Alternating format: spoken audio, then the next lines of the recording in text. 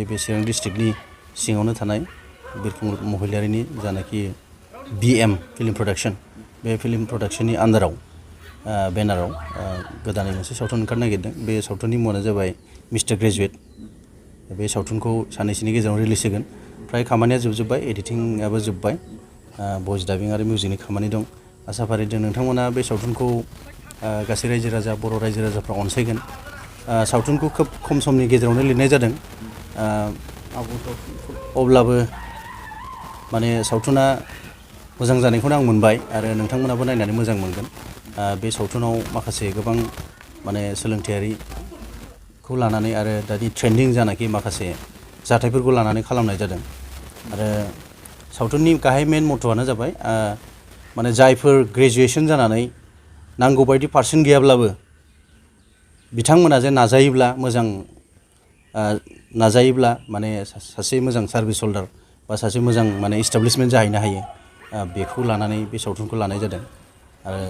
आसा फारिदों नोंथांमोना बयबो अनसायगोन डिरेक्सन हिसाबै बेखौ आंनो खालामदों आं खालामनाय जादों रायजो राजाफोरखौ आं बेखौनो खावलायगोन जिहेतु जोंनि बर' सावथुन मुलुगनि गेजेरजों माखासे समाजाव जानाय बेले बेजेफोरखौ माने जोबस्रांहोनायनि बा लामा दिन्थिनायनि माखासे बेवहाय थांखि थायो आरो बे थांखि हिसाबैसो जोंबो स्क्रिप्टखौ लिरो आरो बेबायदिनो नैबे मिस्टार ग्रेजुवेट सावथुनावबो बेफोरबायदिनो माखासे बेले बेजेफोरखौ माब्रै फोजोबस्रांनांगौ बेखौ लानानै माखासे थांखि लानानै लिरनाय जादों बेनिखायनो नोंथांमोनखौ बयखौबो अनसायनो थाखाय खावलायबाय आरो नोंथांमोन अनसायोब्लासो जोंनि सावथुन मुलुगाबो थांना थागोन आरो सावथुन मुलुग थांनानै थायोब्ला जोंनि माखासे बेखार जानानै थानाय माखासे रोंफुनाय माखासे सोलोंफुनाय मोजां मोजां टेकनिशियानफोर मोजां मोजां एडिटरफोर मोजां मोजां आर्टिस्टफोर एक्टरफोर बिथांमोनाबो पार्ट टाइम हिसाबै माबा मोनसे सावथुननिफ्राय बेनिफिट मोननाय जायो बेनिखायनो साफ्रोमबोथ' दिनै जेनेबा गभर्नमेन्टआनो होन बा सोरबायानो होन जेनेबा साफ्रोमखौबो एंगेज खालामलांनो हाया अब्लाबो नैबे सावथुनाबो मोनसे जोंनि फिसा इन्डास्ट्रि बायदि होननानै जों बुंना लानांगोन बर' सावथुन मुलुगाबो बेनिफ्राय गोबां माने आर्टिस्ट आरो गोबां सुबुंफ्रा माने एसेब्लाबो पार्ट टाइम हिसाबै माबा मोनसे बेनिफिट मोनो बेनिखायनो नोंथांमोना जोंनि सावथुन मुलुगखौ फोथांनानै लाखियोब्ला बे सावथुन मुलुगनि गेजेरजों गोबां सुबुंफ्रा एसेबाबो माने जौगालांनायनि लामाखौ मोनगोन बेखौ आसा फारिदों आरो नोंथांनि सावथुनखौ गोबां समावनो माखासे कमेडि जों बुंफबनाय नुनो मोनो बेबो बिदिनो बेबो फ्राय कमेडियानो माने सावथुनखौ फ्राय जोंनि सुबुं माहारिफ्रा मोनसे इन्टारटेनमेन्ट हिसाबैसो नायनो लुबैयो बिदिबो दङ आरो खायफाया मेसेज मा दं बेखौबो नायनो नागिरो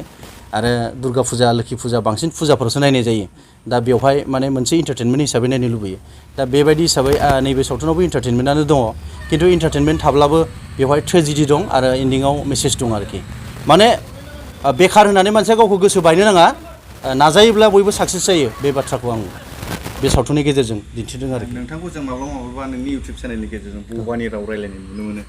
एसे दिन्थिनो हागोन नामा बेबायदि बबानि रावखौ ओरैनोथ' आङो बिराद नखलि भाषाफोरबो रायलायो खिन्थु जाजोबा थिग बिदिनो आरो बबायाबो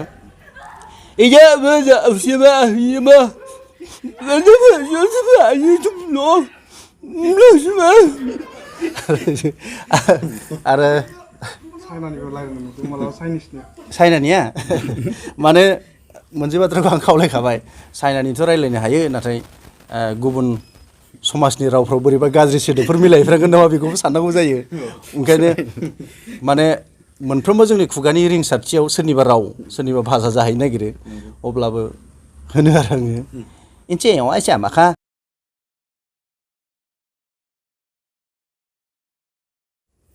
बे सावथुनाव नोंथाङा मा रल खालामदों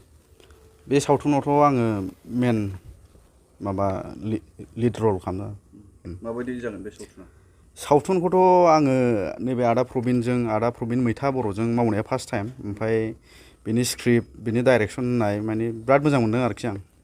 माने सेटिसफाइड जाबाय आरो माने फार्स्ट मावनाय हिसाबै माने फार्स्टआव गोनो गोदो थायो नालाय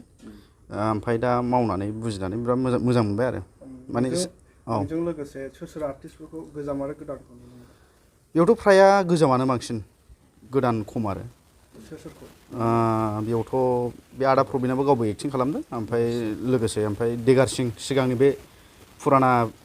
फिल्मनि एक्टर दिगार सिं बे दङ ओमफ्राय कमलेश्वर दं कमलेश्वर सार ओमफ्राय बेनि मा होनोमोनलाय जोंहा बे आदा कृष्ण दङ ओमफ्राय कामिनि दङ कामिनि ओमफ्राय दं आरो गोबां दङ आर्टिस्टफोर ओमफ्राय मेन एक्ट्रेस हिसाबै माबा मनिषा थाहैबाय जोंहा ओमफ्राय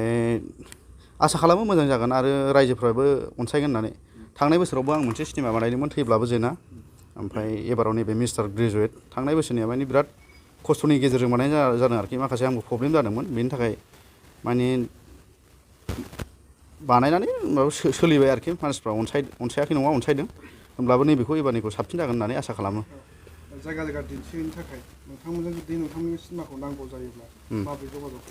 बेखौ दा नोंसिनि चेनेलनि थ्रुयै जोंनि कन्टेक्ट नाम्बारखौ मोनसे बुकिं खालामनो थाखाय सिनेमायाथ' जोबखाबायानो बुकिं खालामनाय जागासिनो दं जायगा जायगानिफ्राय फैगासिनो दं बुकिं माने एडभान्स माने जायगा जायगायावनो मोननै मोनथाम सिनेमा देखायो नालाय जोंना बर'फोरनिया ओमफ्राय सोरबा सोरबा सिगांनि एडभान्स बुकिं खालामहरो आरो बेखौ दा जों नोंसिनि निउसनि गेजेरजोंनो कन्टेक्ट नाम्बारखौ गाहायाव होनो माबा खावलायहरसै आरो मबाइल नाम्बारा ना मबाइल नाम्बाराथ' आंखौ कन्टेक्ट खालामोबा 8135973059 ओमफ्राय मोनसे जिअ दङ बेखौ जों माबा आं गोसोआव गैया बेखौ माबाना होनोसै आरोखि दा स्क्रिनाव होना होनोसै आसा खालामो बयबो मोजां मोनगोन बयनिसिमबो खुलुमबाय रायजो राजा बिथांमोननिसिम आङो दिनै नोंथांमोननि गेजेराव मोनसे बाथ्रा फोसावनो आखायाव लादों बेनो जाहैबाय जे जोंनि फैनो गोनां फुल मुभि मिस्टार ग्रेजुवेट बे बर' सावथुनखौहाय 2023 मायथाइनि सेप्तेम्बर दानावहाय रिलिज खालामनाय जासिगोन बिनिखायनो गासै रायजो राजा बिथांमोनखौ नायगोन एबा अनसायगोन होननानै मिजिंथिनाय थाबाय गोजोन्थों